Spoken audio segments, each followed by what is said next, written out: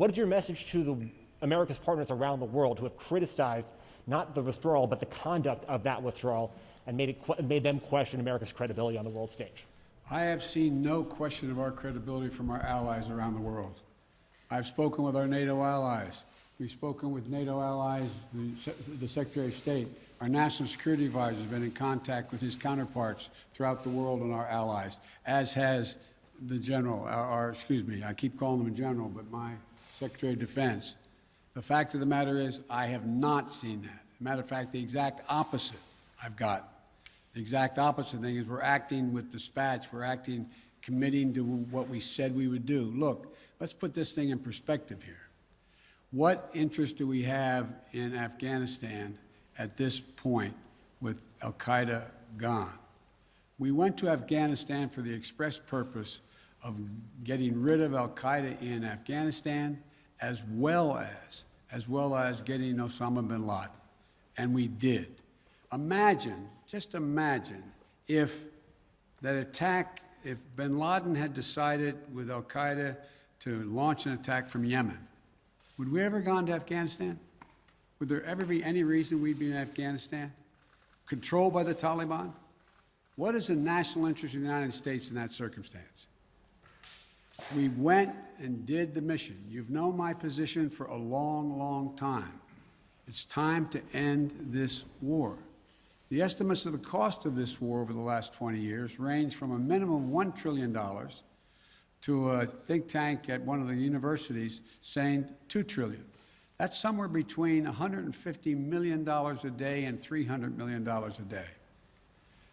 The threat from terrorism has metastasized.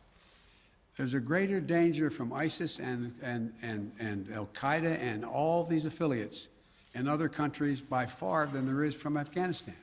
And we're going to retain an over-the-horizon capability that if they were to come back to be able to take them out, surgically move. So this is where we should be. This is about America leading the world, and all our allies have agreed with that. And by the way, before I made this decision, I was at the G7 as well as met with our NATO partners. And I told them all, every one of them knew and agreed with the decision I made to jointly end our involvement in Afghanistan. The first part of your question was, I can't remember now. Would you commit to the same commitment? Would you make the same commitment to bring out Afghans who assisted in the war effort? Yes, we're making the same commitment. There's no one more important than bringing American citizens out. I acknowledge that. But they're equally important almost is all those SIVs, we call them, who in fact helped us. They were translators. They went into battle with us. They were part of the operation.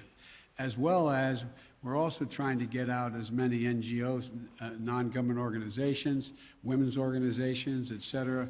We're doing all we can. In the meantime, Secretary Blinken and I am going to be working with our allies to see to it that we can bring international pressure on the Taliban they're looking to gain some legitimacy. They're going to have to figure out how they're going to maintain that country.